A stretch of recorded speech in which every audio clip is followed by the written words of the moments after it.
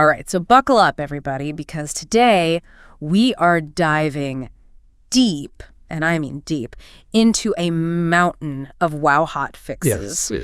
It has been a busy few weeks in Azeroth. It has. Players have been out there, conquering dungeons, slaying foes, but behind the scenes, the devs have been hard at work too. We're talking late August to, mid-October's worth of tweaks and tunes, and we are pulling all of that straight from the official patch notes. Mm-hmm.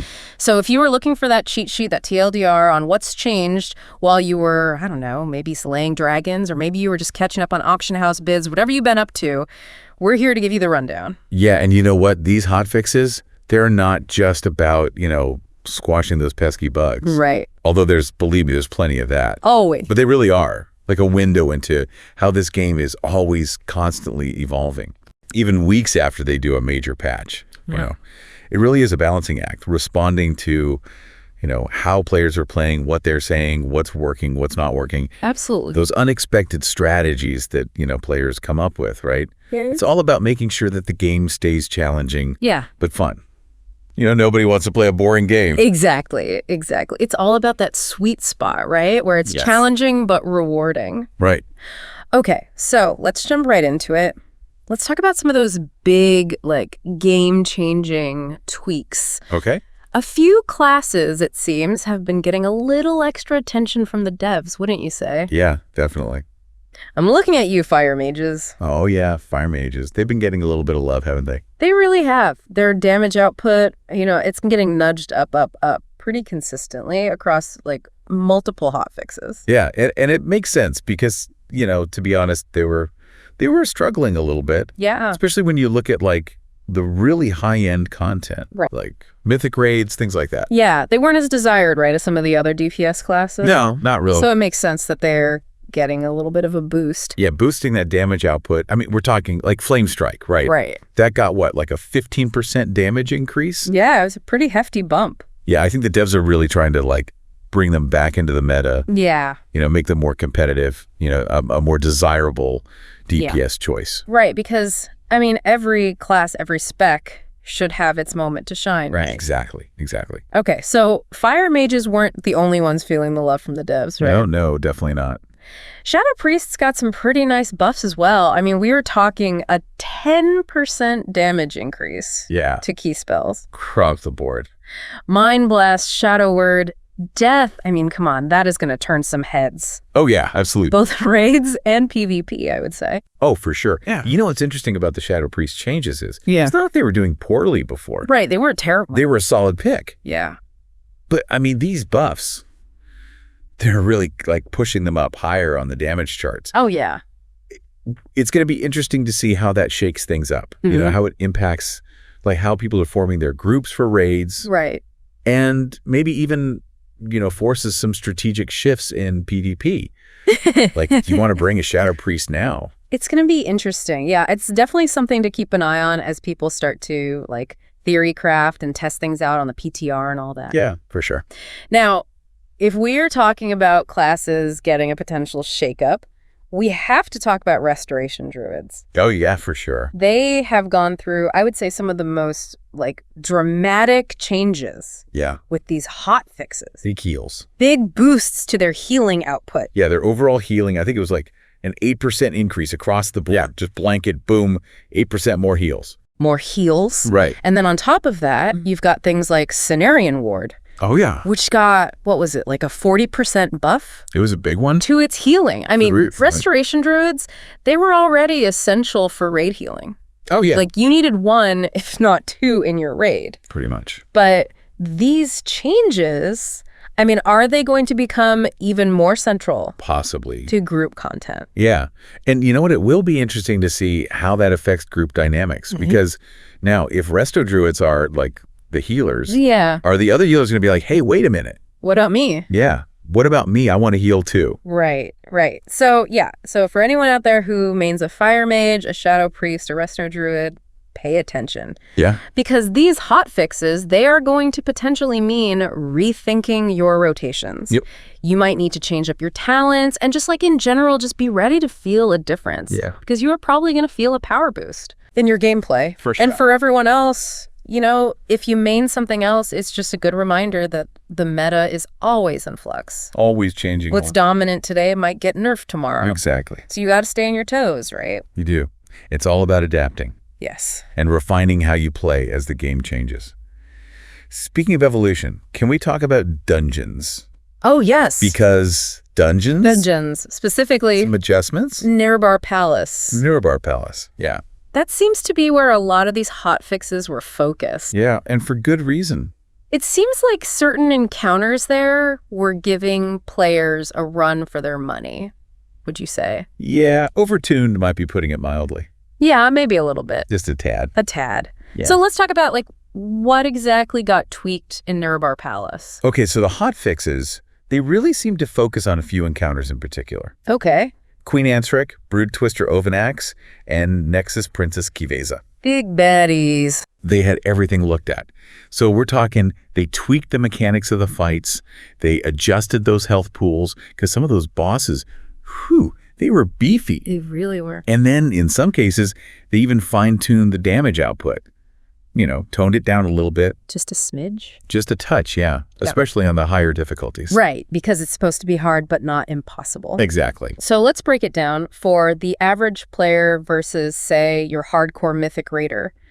What do these changes actually mean? Okay, so let's say you are the average player, right? You are tackling heroic, maybe even normal difficulty. Right. These changes, they might be the difference between a smooth run and a total wipe fest. Yeah. You might actually be able to complete the dungeon now.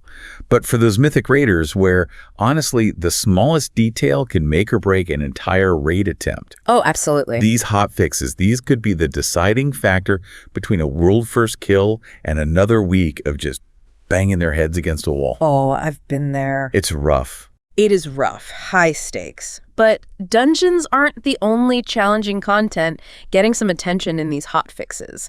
Delves, which, let's be honest, maybe a tad too easy at higher tiers, they are getting a bit of a difficulty makeover. Yes, they are. It's about time. Yeah, it was needed. It was needed. What are we seeing? Give me the changes. Okay, enemy health scaling. That is getting cranked up. Okay. Especially for those groups that are running delves together. Yeah. Because safety in numbers, not so much anymore. Not anymore. And even Bran Bronzebeard? Oh, no. Not Bran. I know. Your trusty companion. I know. He got a little bit of a nerf. He did. Taking a little less damage now. Just a little less damage. And some cooldown adjustments to his abilities. So he's not quite as, take all the damage as he used to be. Not quite the tank he used to be. But you know what? It's a good thing. Oh, okay. Because it means that now it's a little bit more challenging, right? Okay. So for those delve enthusiasts out there, should they be terrified? No. But maybe a little more prepared for a challenge. Right. Maybe bring an extra healing potion or two. Exactly. Exactly. And you know what? It's all about that risk versus reward, right? Yeah. Because tougher enemies should, in theory, mean better loot. Ooh, better loot. See, now you've got my attention. Right. So for those folks who are finding delves a little too easy, this is going to inject a little bit more excitement, a little more challenge into the mix. Right. Keep things interesting. Keep it spicy. Spicy. And speaking of interesting, let's shift gears a little bit from PvE over to the always exciting, always dynamic world of PvP. Oh, yes. PvP. Because in PvP, even the smallest tweak can have huge ripple effects. Oh, absolutely. It's a delicate ecosystem. Oh, yeah. Talk about high stakes.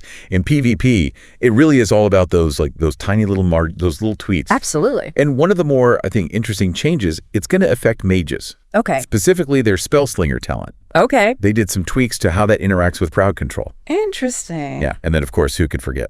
Those Frostfire Bolt buffs. Come on. Yeah, Mage is going to be... And going to be scary. Throwing some fireballs out there now. Oh, yeah. So were there any other classes that got a little PvP-specific love in these hotfixes? Paladins, they got a nice little survivability boost. Okay. With that Sanctified Plates buff. Nice. Always helpful. Yeah, and for, those players who love to min-max. Oh, yeah. The Vicious Jewelers setting. Oh, okay. Which, let's be honest, it's a coveted item for those serious PvPers. Oh, yeah. That got a price adjustment. Oh, did it? It did. So it actually costs less honor now. Okay. But there's a little bit of a catch. It requires an additional Vicious Bloodstone. Oh, okay. So they're making you work for it a little bit. It's a trade-off. Yeah. Okay. But it's a smart way to, keep those bloodstones valuable. Yeah, for sure, because you still want people to be out there, like, doing the content to get them. Exactly. So, with all these arena tweaks, are we expecting, like, a major meta shakeup? It is so hard to say. It really is. It's going to be interesting to watch it play out. Because it's tough to tell. Those mage changes, those are significant. Yeah, they are. So, yeah, I mean, they could become like a dominant force. So you could just dominate the arena. Totally. But, it really all depends on how players react, how they adapt, what new strategies they come up with, and that's the beauty of these hot fixes. That's so true. It's like they change things up, you think you know what the meta is, and then they're like, nope. Curveball. Curveball keeps everybody on their toes. It does. It keeps things fresh, and it makes it so that, you can't just like rest on what you knew before. Exactly. You got to stay sharp. Stay sharp. Okay, so we have talked about those like big ticket items, the class balancing, the dungeon tuning. Yeah. But what about those like smaller quality of life improvements? Oh, yeah, those are good. The stuff that might not like grab the headlines, but for your average player, they're like, yes, thank you, devs, for finally fixing this. The unsung heroes of the patch notes. Yes. So give me some examples. Like, what are we talking about? Okay, so for starters, auction house regulars out there. Yes. You will be pleased to know there were several performance fixes. Yes. No more laggy browsing. Oh my God. No more like, trying to post something and it takes like 5 minutes. The frustration. Yes. Frustration is gone. Oh, I'm so glad they fixed that. It's much smoother now. Good. Because I spend way too much time in the auction house. Let's be real. Who doesn't? Right. Okay, what else? What else did they fix? Okay, remember those quest completion issues that were popping up? Oh, yeah, you'd be stuck. You couldn't progress. So annoying. Those have been smoothed out.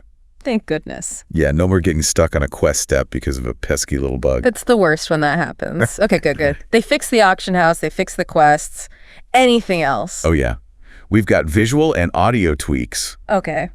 I love a good visual and audio tweak. Right. The Gale of Shadows visual, that got an update. Okay, nice. So it looks even cooler now. Gotta keep things fresh. Exactly. And even Hannah's Locket. Okay. The toy. Yeah. That got a cooldown modification. Okay. So, again, small change, but those little things add up. they do. It's all about like polishing that player experience. They make a difference. They really do. Okay, so you mentioned the auction house earlier, and, I'm always thinking about professions. Oh, yeah, professions, of course. Were there any other profession-related changes that we should be aware of? There were a few interesting tweaks, actually. Okay, good. So patron orders, for one. Okay. Those got a nice little tweak. So now all customers, except for the Artisans Consortium, they have a chance to provide some basic reagents with their orders. Oh. Which is nice because it takes some of the pressure off of the crafters. Right, because sometimes you get those orders and you'd be like, I don't have any of that and I don't want to go farm it. Right, exactly. And like, who wants to spend all their gold buying it on the auction house? No, not when you're trying to make gold. Exactly. Yeah. So it's great for crafters, especially those who are just starting out. Yeah, they don't have to have as much capital to get going. Exactly. And speaking of making professions a bit more accessible, they also adjusted the quality requirement on some of the orders. Okay. Which is great because it should make it a little bit easier to earn those precious specialization points. Yes. Specialization points. You need those. Oh, yeah. Gotta get those. So streamlining the grind a little bit. I like it. Always a good thing. Always a good thing. Anything else for those crafting enthusiasts out there? Let's see. Oh. They also removed some of those like ridiculously expensive orders. Yes. Oh my God. Those were getting out of hand. They were out of control. No more alchemy cauldrons that cost like 1 million gold to craft. Right. Like, who's buying that? Right. Okay, good. I'm glad they're addressing that because that was a little bit out of control. Yeah, it was a little much. Okay, what else? Any other profession standouts or are we moving on? Jewel crafters are probably throwing a party right now. Oh, yeah. What did they do for them? They significantly improved the rate of prospecting gems. Oh, nice. Yeah, specifically for bismuth, ironclaw ore, and echorite. Oh, okay. And this affects both, like the baseline chances and the increase that you get based on item quality. So potentially a lot more bang for your buck when you're out there prospecting those ores. Oh, yeah. Nice. It's a good time to be a jewel crafter. Definitely. Now, moving on from professions, we've got some updates to the Hallowfall Fishing Derby. Oh, yes. It is Hallow's End season, of course. Derby marks for catching specific fish. Yeah. Those are now character-specific. So no more sharing the glory with your warband. It's like every fisher for themselves now. It is. Okay. Every fisher for themselves encourages a little, Little competition. a little friendly competition. I like it. A little healthy competition never hurt anyone. Okay, so what else is going on with Hallow's End? Any other, Hallowfall Fishing Derby news? Well, the Hallowfall Fishing Derby quests are now also character-specific. Okay. And this is cool. They offer multiple rewards to choose from upon completion. Oh, okay. Yeah, so you can replay it on different characters. Oh, that's fun. And kind of tailor your rewards to, who you're playing. I like it. Yeah, it adds some replayability. Yeah, it does. And to top it off, they even made the fish pools persist for longer. Oh, okay. So you have a better chance of reeling in that prize-winning catch. Oh, that's nice. Because sometimes you're just like, ugh, they're all fished out. Right, exactly. Okay, those are some good quality of life improvements for anyone who loves the fishing derby. Oh, yeah. Those little touches, right? Exactly. Okay, so beyond the fishing derby, anything else notable? Remember how the earthen race was introduced recently? Yes. Well, they got a new racial ability. They did. Okay. They did. It's called Quiet Contemplation, and it lets them recover health and mana out of combat while sitting down. Oh, so they can just chill out and be one with the earth and regain their health and mana? Okay. Very thematic. It very much fits their vibe. I love it when they do that, when they add those details that really enhance the fantasy of a race. Right. Exactly. Okay, what else? Speaking of details, they can now eat Belga's gems. Wait, they can eat what? Belga's gems. Okay. It's a small thing, but... Oh, but it's adorable. Right. And it just adds a little personality. It does. I love it. Yeah. Okay, so they eat gems now. That's adorable. What else? Those gems, they're cheaper now. Oh, okay. So they got cheaper. That's good. Yeah, and they also offer improved quality. Okay, nice, nice. I like that they're giving some love to these new races, making sure they have their own little niche. Yeah, it's the little things that make a big difference. Absolutely.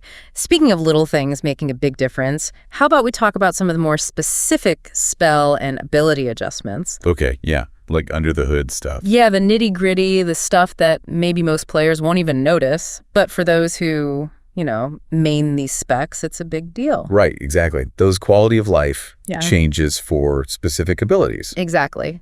So were there any changes that stood out to you as being particularly impactful, even if they kind of flew under the radar? Well, demon hunters, for one. Okay. What did they do for demon hunters? They saw a change to how their Sigil of Doom interacts with Sigil of Flame when the precise Sigil's talent is active. Okay, so Sigil of Doom, Sigil of Flame, precise sigils. Got it. Yeah, so now Sigil of Doom takes priority, Okay. which again might seem like a super minor change. Right, who cares? Yeah, but it actually gives demon hunters a lot more control over their sigil usage, especially when you're in the thick of combat. Okay, yeah. I can see how that would be really helpful for, maximizing your damage output. It's about, being able to use the right sigil at the right time. Exactly. Okay, so subtle but significant for those demon hunters out there. Any other classes get those kinds of tweaks? Monks. They saw a really nice change to their Chi Burst ability. Okay, Chi Burst, what do they do?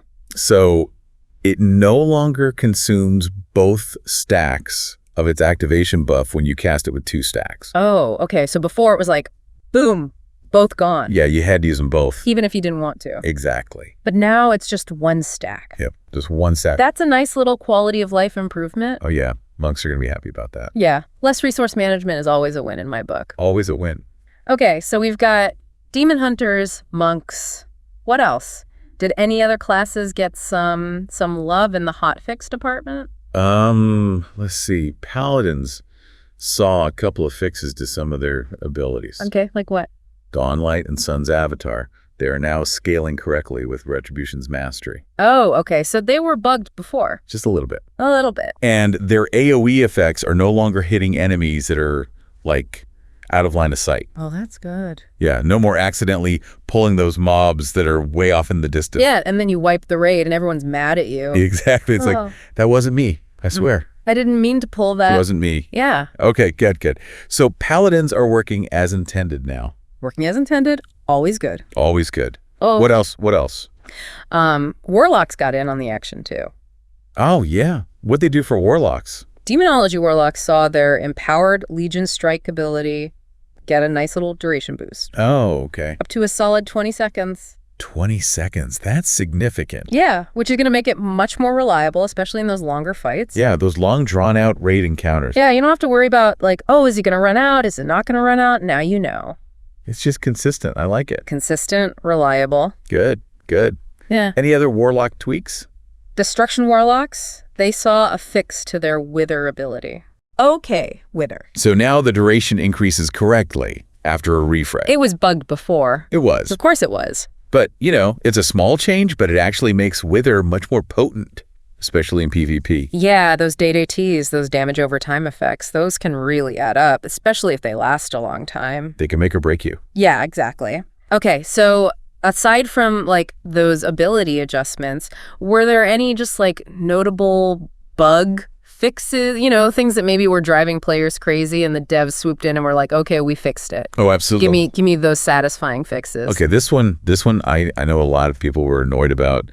The Arcane Mage's Sun Fury talent. Okay. Apparently you could double dip it. Oh, no. Yeah. People were exploiting. They were, with like spell queuing and all this like fancy footwork. So they found a way to like make it more powerful than intended. Yeah, basically they doubled the effect, but it's been squashed. The exploit is gone. So, Arcane Mages, no more double dipping. Back on even ground with everybody else. Exactly. Back to being fair. I love it when they fix those things. It's very satisfying. Oh, it is. It really is. Okay, what else? What else? Any other like just delightful bug fixes that you wanted to share? Just to kind of wrap things up on the hotfix front. There were some adjustments to War Mode world quests. Okay, War Mode, yeah. So they are now correctly displaying rewards for completion. Oh, good. Because before it was a mystery. It was a mystery. You didn't know what you were going to get. You're just like, I hope it's good. Please be good. Okay, so no more mystery rewards. I like it. It's always nice to know what you are working towards, especially when you are braving the dangers of War Mode. Especially in War Mode. You're taking a risk. Exactly. Well, I have to say, that was a whirlwind tour of WoW hotfixes. It was a lot. It really was. And it's just, I think it's amazing to see how much this game continues to evolve, even outside of those major patch updates. Right. Even with, like, Dragonflight having been out for a while. Yeah, right. They're still tweaking. They're still tuning. Still listening. They're still listening to feedback, which is great. Oh, yeah. And, it really does speak to the dedication of the developers. It really does. And their commitment to constantly making the game better. Absolutely. Responding to what players are saying, what the data is showing. It's a never-ending process, but it's what keeps the game fresh. It does. It's what keeps people playing. Keeps it exciting. So to all our listeners out there, which of these hot fixes has you most excited to jump back into Azeroth and experiment with? Let us know. Until next time, happy gaming.